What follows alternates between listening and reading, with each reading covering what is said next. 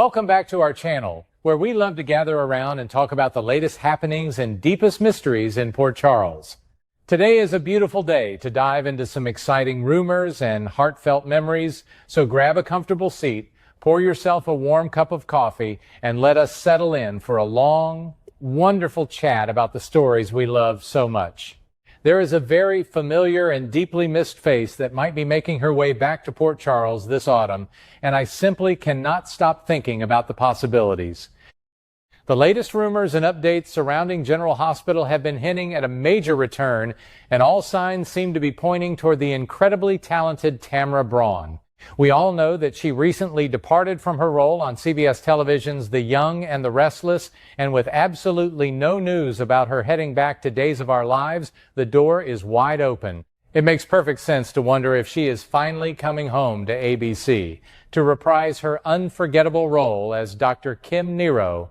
Just thinking about Kim walking back through the doors of General Hospital gives me chills, because her story feels so unfinished and there is so much emotional ground left to cover.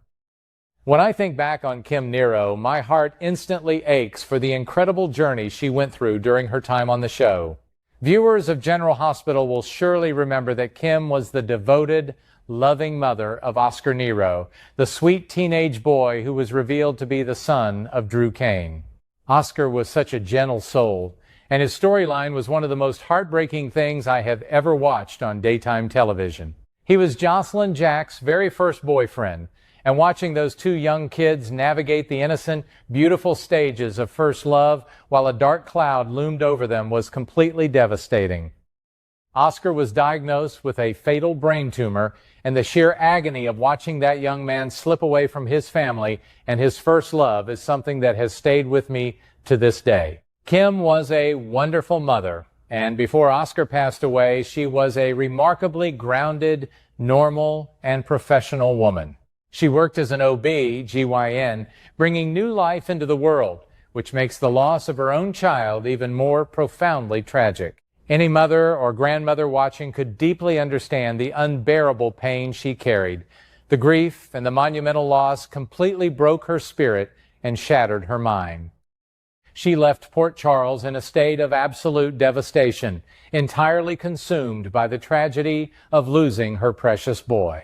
It is a pain that changes a person forever, and we watch that transformation happen right before our eyes. Her descent into overwhelming grief was difficult to watch, but it was so real and so honest. In the wake of Oscar's tragic passing, Kim became a woman desperately searching for a way to fill the gaping hole in her heart. I remember watching in shock and sorrow as she actually tried to seduce Drew, hoping that they could conceive another child together to somehow replace the son they had just buried. It was a misguided and desperate attempt born purely out of a mother's broken heart.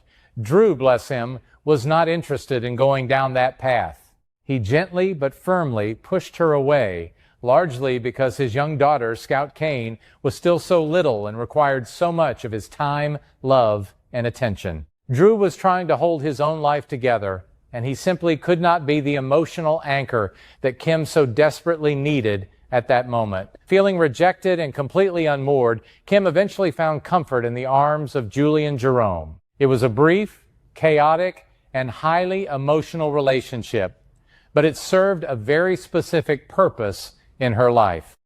She was looking for a lifeline, a way to have another baby and find a reason to keep going. She did end up having a child with Julian, a little boy, before she finally packed up her life and moved away from the heavy memories of Port Charles. The last time she was ever mentioned on the show, we learned that she was living in New York City, working and trying to build a quiet life. There was a beautiful little detail mentioned about a photograph of her baby boy sitting on her desk, and she had named him Andy, a touching tribute to Andrew or Drew. That little detail always brings a tear to my eye because it shows how deeply Drew impacted her life. Now, let us talk about Drew Cain and the absolute nightmare he is currently living through.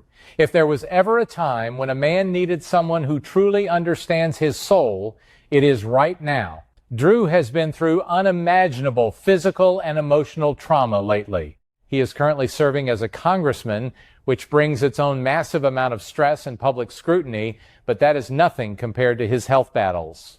The poor man was shot, and as if that was not enough, he suffered a debilitating stroke that has left him partially paralyzed. Watching a strong, capable man like Drew struggle with half of his body being paralyzed is incredibly moving.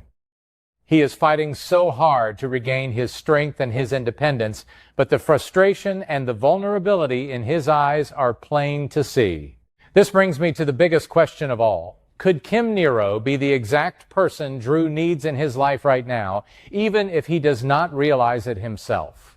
I truly believe she might be the only one who can help him find his way back to normal. You have to remember a very crucial piece of their history. Kim knew Drew long before the wicked Helena Cassadine ever got her hands on him. She knew him before the kidnapping, before the memory mapping, before he was stripped of his identity and turned into a pawn in a twisted Cassadine game. She holds the memories of the man he used to be, the original Andrew, and having someone around who looks at him and sees his true, unfiltered self could be the greatest medicine in the world for his current struggles. It is fascinating to think about Drew's memories and his past. We know that before the memory transfer took place, Drew had started to regain at least a few fragments of his old life. He mentioned specific details about his high school days and recalled hearing stories about the wealthy, powerful Quartermaine family. It always seemed like he knew, or at least suspected, that he had a twin brother in Jason Morgan, yet he never bothered to seek out his biological family or uncover his true roots. He also never once mentioned his adoptive parents, leaving us all to wonder if they had passed away or if some terrible falling out had occurred. There is so much of Drew's past that remains a total mystery, and Kim is one of the few living connections to those forgotten years. But this brings up a glaring, almost frustrating point that I simply cannot ignore. Why in the world has Kim not reached out to Drew? A prominent congressman being shot and suffering a stroke that leaves him paralyzed is massive national news. There is absolutely no way Kim has not seen this on the television or read about it in the papers up in New York. It is surprising and a little hurtful that she has remained completely silent. However, when I really sit and think about it from the perspective of a protective mother, it starts to make sense. Kim has already lost one child to a tragic twist of fate. She likely looks at her little boy Andy and wants to shield him from the constant danger, the mob violence, and the endless drama that seems to infect everyone who lives in Port Charles.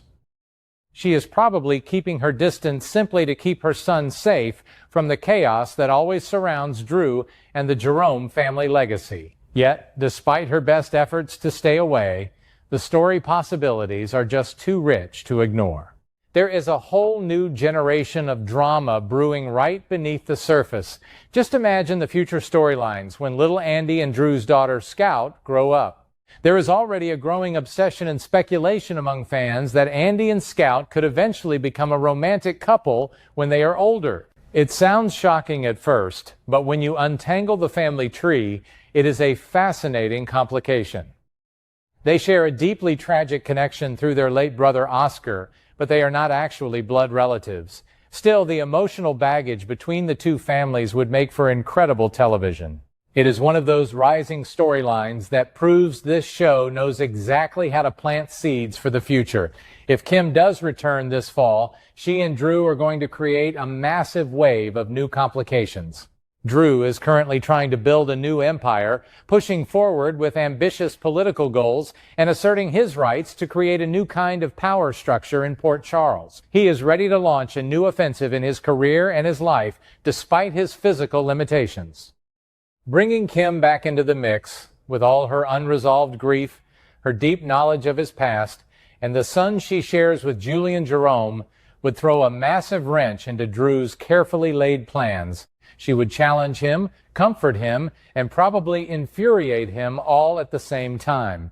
I am eagerly watching the screen every single day, waiting to see if this rumor becomes a reality. The history between Kim, Drew, and the memory of sweet Oscar is simply too powerful to leave sitting on a shelf in New York. We need to see Tamara Braun bring that warmth, that sorrow, and that fierce maternal energy back to our screens. We need to see Drew find some peace with the man he used to be, and we need to see how the town reacts to the return of a woman who left in such a broken state. Until then, I will keep hoping, keep watching, and keep sharing these wonderful theories with all of you who love this show just as much as I do.